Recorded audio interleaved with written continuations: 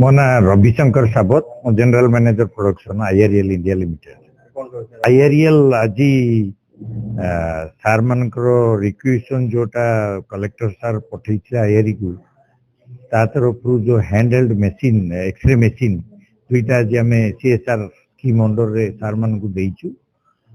तो सी total team ये जो TB national TB eradication program रो टोटल टीम से तो एबे पर्यंत प्रति फेज रे से एते वाइब्रेंट वे रे काम करूचंती जे तार निहाती आमे रिजल्ट पाउछु।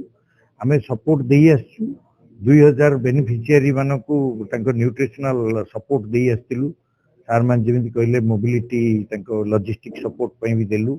एबे एई जो एक्सरे मशीन द्वारा प्रत्येक लोकर घर पाखे जाइकी सेमानकर टीबी अछि कि नहीं चेस्ट एक्सरे द्वारा डिटेक्ट करि हे परियो, सो दैट अर्ली डिटेक्शन हेले सेमानकर ट्रीटमेंट करिकी तांको को टीबी इरेडिकेशन पे बहुत सपोर्ट होबो।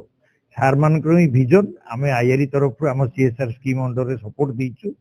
आ सबोल पे ये आम देश राज्य सार तो कहले राज्य देश नेशनल टीबी इरेडिकेशन प्रोग्राम से बहुत सपोर्ट है जदि टीबी इरेडिकेट हो पारियो संपूर्ण ताहले समस्त ये भल हम। प्रति गरीब लोक पाखे भी जदि ये जो एक्सरे मशीन जाई पहुंची पारियो ताहले तो प्रकृत समस्त ये बहुत उपकृत करिवे। हमरो बहुत काम रे लागिवो टीबी को हमरो राज्य रू टीबी मुक्त करबा पई एटा अति सहायक हो।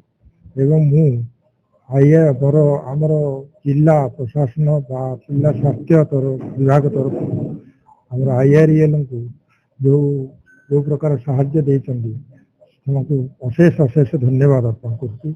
एवं निश्चय आमर जिला टीबी मुक्त हो या माध्यम से दया करी आम चैनल को लाइक शेयर एवं सब्सक्राइब करंतु।